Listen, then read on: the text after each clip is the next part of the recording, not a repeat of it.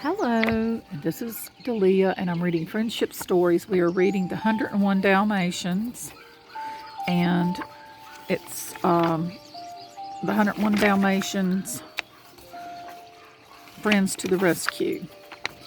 Okay, and we're on this part. The Dalmatians scampered away just as the thugs arrived at the barn. The journey was difficult. The puppies kept slipping on the ice. It was very cold, and London was so far away. "I'm tired, I'm hungry, and my tail's frozen," Lucky whimpered. He sat down, unable to go any further. Pongo lifted his son by the scruff of the neck, but he and Perdita couldn't carry all the pups. How would they make it? Just then a collie ran up to the Dalmatians. "Pongo," he said, "we have shelter for you." The dogs from the twilight bark had come up with a plan. The collie led the Dalmatians to a dairy farm where friendly cows provided milk for the puppies, and they rested in the soft hay. The collie even brought them some table scraps to eat. "It might hold you until Densford," he said. "There's a Labrador there." Perdita yawned. All the animals had been so helpful. "I don't know what we would have done if—" She trailed off, already asleep. The next morning, Cruella joined the search for the puppies. By the time the Dalmatians reached Densford, she and Horace and Jasper went far behind. Pongo and Perdita led the puppies to a blacksmith shop where a Labrador was waiting. "The van down the street. It's going to London," the Labrador said. Pongo and Perdita were delighted.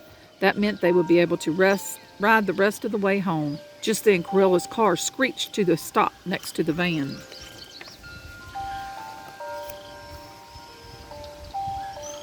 Getting a storm. I don't know when, but we're getting a little bit of raindrops now. Hopefully it won't be too much. Pongo and Perdita didn't know how they'd be able to get the puppies to the truck without Cruella noticing them until Patch and Lucky rolled past, covered in soot from the fireplace. Pongo gazed at the puppies, then he jumped into the soot. Turning himself brown from head to tail, "Look, I'm a Labrador." One by one, the puppies dove into the ashes, and soon they were completely covered up with blackness. They trotted outside and got into the truck. Right under Cruella's nose, she was looking for Dalmatians, not Labradors. But just as Pongo rounded up the last group of puppies, some snow fell on one of them, and the soot came off, revealing their white fur. Cruella could tell the puppies were Dalmatians. "After them!" she shouted.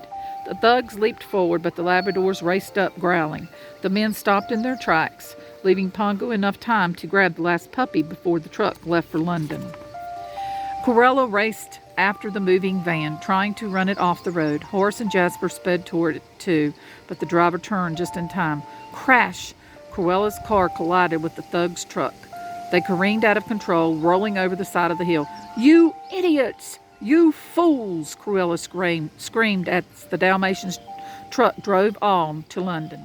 Before long, Pongo and Perdita brought the puppies to their townhouse. Roger and Anita were delighted to see them, and Nanny helped dust them off.